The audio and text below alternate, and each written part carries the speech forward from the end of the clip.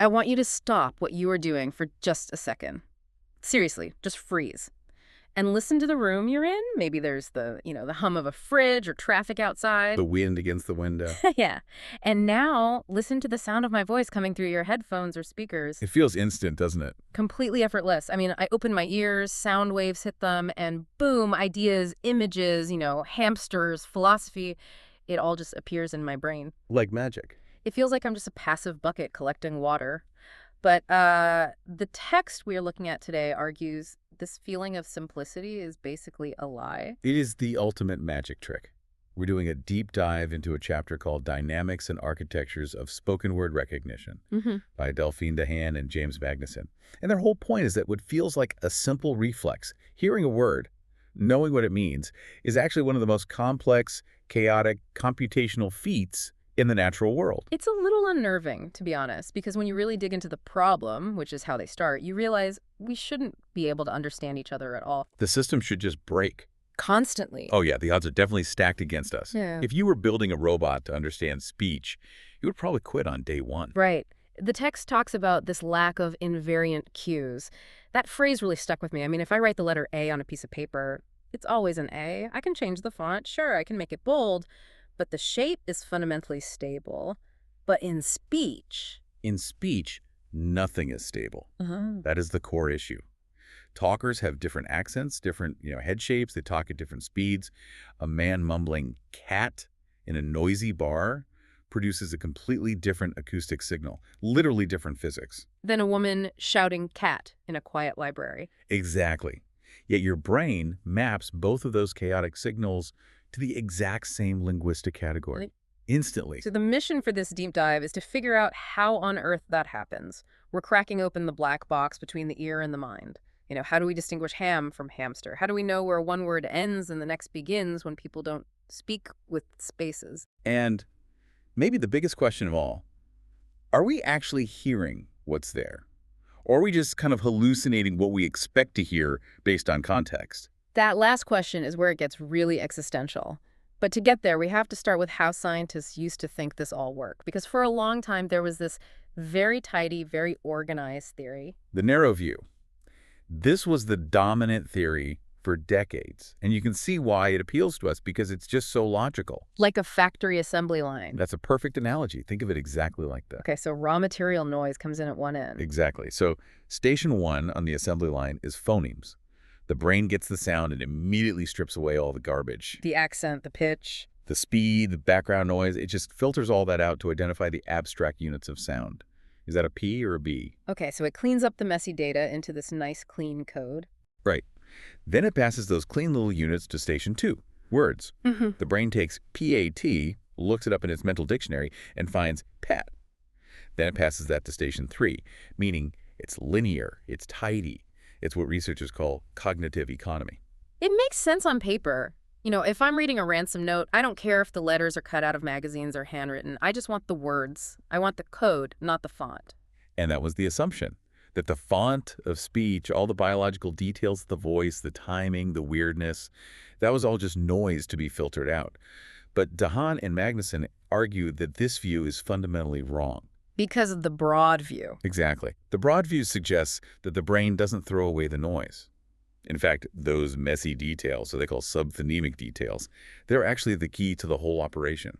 If you strip them away, the system fails. It falls apart. There's a specific experiment mentioned that I think really proves this. It seems technical at first, but the implication is just wild. The splicing study. Oh, the Wayland study, and later Dehaene's work. This is fascinating, and it really it nails the coffin shut on that assembly line theory. So imagine I record two words, bag and bad.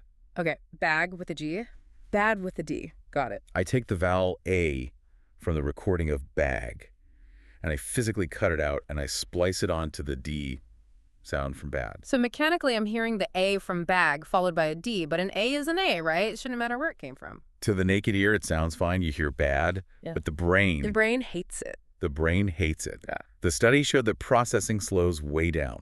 Listeners get confused, they hesitate. But why? I mean, if the foam is the same, why does the brain care that it came from a different word? Because of something called co-articulation. This is a crucial concept.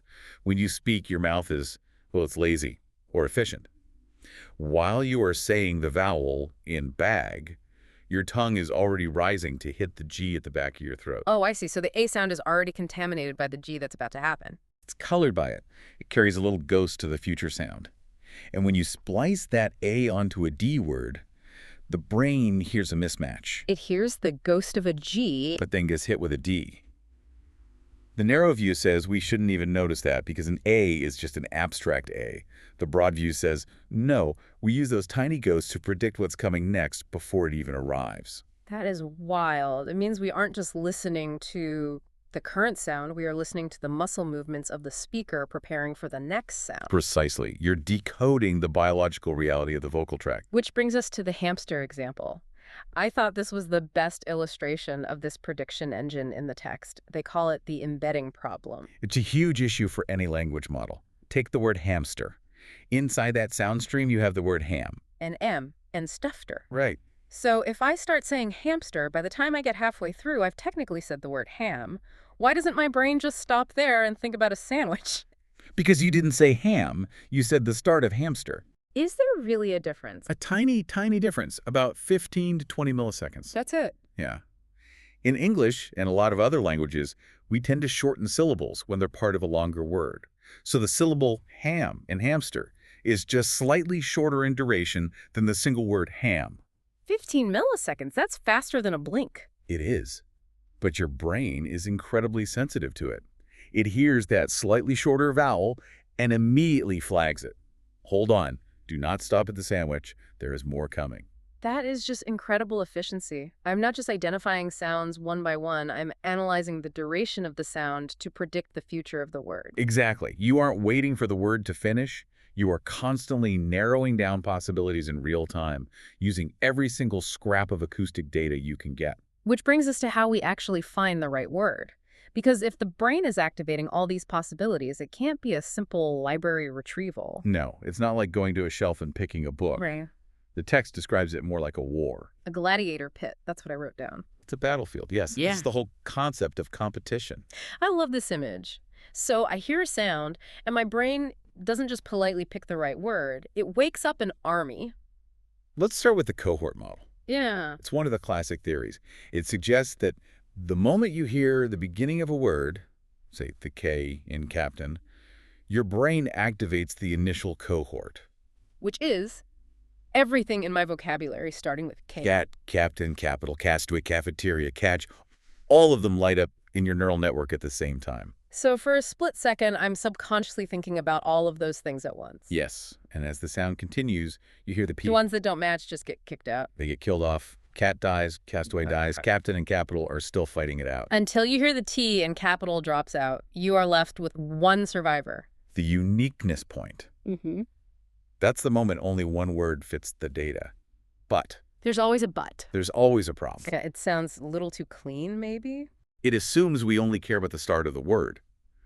But another model, the neighborhood activation model, or NA, argues the brain is much more flexible. It cares about global similarity. This is the rhyme argument, right? Yes.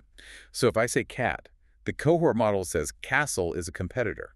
NAM says hang on, bat and rat sound almost exactly the same. They're neighbors in sound space. Exactly. So why wouldn't they be activated too? It seems messy, though, to activate words that don't even start with the same letter. If I hear a C, why would my brain think of a B? Because speech is noisy. Maybe you misheard the first letter. The brain hedges its bets. And the trace model, which is this huge computer simulation of all this, shows us how the brain handles that mess. It uses a weapon called lateral inhibition. Which I translated in my notes as the gladiator pit rule. That's a fair translation. In the trace model, words are all connected to each other. When cat gets activated, it doesn't just try to rise to the top. It sends out these inhibitory signals to its neighbors. It actively pushes bat and rat down. So it's not enough to win. You have to actively suppress your enemies. In the neural landscape, yes. You essentially have to scream, "It's me, it's not him." And we know this happens because of eye tracking. The Alapena, Magnuson, and Tannenhaus study is a classic for a reason. Walk us through this one because this connects the ear directly to the eye. It's fascinating. Right. They sat people in front of a screen with 4 objects on it. A beetle, a beaker, a speaker, and a carriage. Okay. Beetle, beaker, speaker, carriage. Got it. They told the participants, look at the beetle. Now, naturally, their eyes go to the beetle, but they track the eye movements millisecond by millisecond. See where else they looked? Exactly. And where else do you think they looked? Well, beaker starts with B, so the cohort model would say they should glance there too. And they do, but they also look at the speaker. Because it rhymes, even though it starts with an S. Yes. The eye movements reveal that for a brief moment, the brain considered speaker as a candidate, just because it shares the N sounds with beaker. It proves that the competition is global. The brain is considering everything that sounds remotely similar, all citing it out until the winner suppresses the rest. It makes you realize how noisy the inside of our heads must be. We're just filtering most of it out. But speaking of noise, we have to talk about the segmentation nightmare. Yes. The lack of white space. This is something I honestly never thought about until I saw the example. In text, we have spaces between words. It's visually obvious. In speech, it's just one long, continuous ribbon of noise. The puskies, blue, it's all connected. There are almost never physical silences between words in fluent speech. So how do you know where to put the boundaries? The text uses the example ship inquiry. Ship inquiry, like asking a question about a boat. Right. But if you analyze the sounds in ship inquiry, you run into a massive ambiguity. The sounds ship plus in. Well, that also creates the word shipping. Oh, I see. So as I'm listening, I hear ship, then in. My brain has two options. Option A, it's the word ship, followed by inquiry. Option B, it's the word shipping, followed by, I don't know, query or something else. Exactly. And the brain doesn't know which one is right yet. It has to solve this in real time. Therese explains this through what we call competition across time. How does that work? Does it wait until the end of the sentence? It doesn't wait, but it keeps its options open. Imagine a tug of war. The word shipping is pulling the boundary to the right. It wants to claim that ing sound for itself. Okay. But as the sound continues and you hear query, the word inquiry gets activated. And inquiry needs that in sound to exist. It needs it. So inquiry starts pulling the boundary back to the left. It fights shipping for custody of the in. And because inquiry becomes such a strong match for the rest of the sound, it eventually wins the war and inhibits shipping. So the word that comes second helps define the boundary of the word that came first? Precisely. The end of the sentence can help retroactively determine the beginning. It's this dynamic system where the future helps clarify the past. That is so complicated. It's incredibly complicated. And remember, all of this is just bottom-up processing, using the sound to find the meaning. But the text then flips the script on us. It asks, does the meaning change the sound? Top-down processing. The interaction debate, this is where the Ganong effect comes in. This is one of my favorite phenomena in all of psychology. I struggled a bit with this one initially, but I think I've got it now. It's about ambiguity, right? It is. Yes. Completely. So imagine I synthesize a sound that is mathematically halfway between a T and a D. It's not a clear T, it's not a clear D, it's just a murky noise. Okay, dut-toe sound. A dut-to sound, exactly. Now, I attach that murky noise to the end of the sound dash. So you have dash plus this murky sound. Right, and your brain knows that dash is a word. It also knows that tash is not a word. Right. So when you hear that ambiguous sound, your brain forces you to hear it as a clear D. You hear dash. It cleans up the mess to match the dictionary. But if I take that exact same ambiguous noise, the identical physics, and I put it at the end of task. Well, task is a word, but dask is not. So I hear a T. You hear a crisp, clear T. The raw data hitting your ear is identical in both cases. But your perception, what you subjectively experience, is different. Your vocabulary is literally altering your sensory reality. That's kind of terrifying. It means I'm not hearing what you're saying. I'm hearing what I think you're saying. To an extent, yes. We call this interactive processing. Knowledge feeds back down to the sensory level. It explains why you can hear your name in a crowded room, or why something like Christmas capes sounds clear, even though the S gets all mushy next to the C. The brain is basically running a super advanced autocorrect on reality. It is. And it's also how we handle accents so quickly. This is the adaptation phenomenon. I've definitely noticed this when watching, say, a British crime drama. The first 5 minutes, I feel like I need subtitles. Then suddenly my brain just clicks and I don't need them anymore. It feels like I learned a new language in 5 minutes. The text says that adaptation happens incredibly fast within 2 to 4 sentences. That's it. 2 sentences and I've remapped my brain. Your brain is plastic. It realizes, okay, this person pronounces their vowels shifted a bit to the left, and it recalibrates the entire system. But there's an even cooler theory mentioned called the episodic view by Goldinger. This challenges the whole idea of abstract words in the first place. This was the idea about memory. Yes. The narrow view assumes we store one abstract template for the word cat, just the concept of the sound. The episodic view says, no, we store instances. We store cat spoken by your mom, cat spoken by your boss, cat spoken by the guy in the news. So my head isn't just a dictionary, it's a library of thousands of tiny audio clips. Exactly. And this explains why it's so much easier to understand a familiar voice in a noisy room. You aren't just processing language from scratch, you're matching the sound against a specific library of that person's voice traces. You're using memory to aid perception. Yeah. It makes language feel so much less like code and more like a connection. Yeah. It's personal, I hear you better because I know you. It connects the linguistic machinery to our personal history. Absolutely. So if we look at the big picture here, we've moved from a very clean industrial model, the narrow view assembly line, to something much more organic. That is the big shift in the field. Yeah. We used to think the brain was a filter, stripping away the noise to find the signal. Now we realize the brain is an ecosystem. It uses the noise. It uses the garbage. It uses the duration of a vowel, the visual of a beaker on the table, the context of the sentence, even the memory of your grandmother's voice.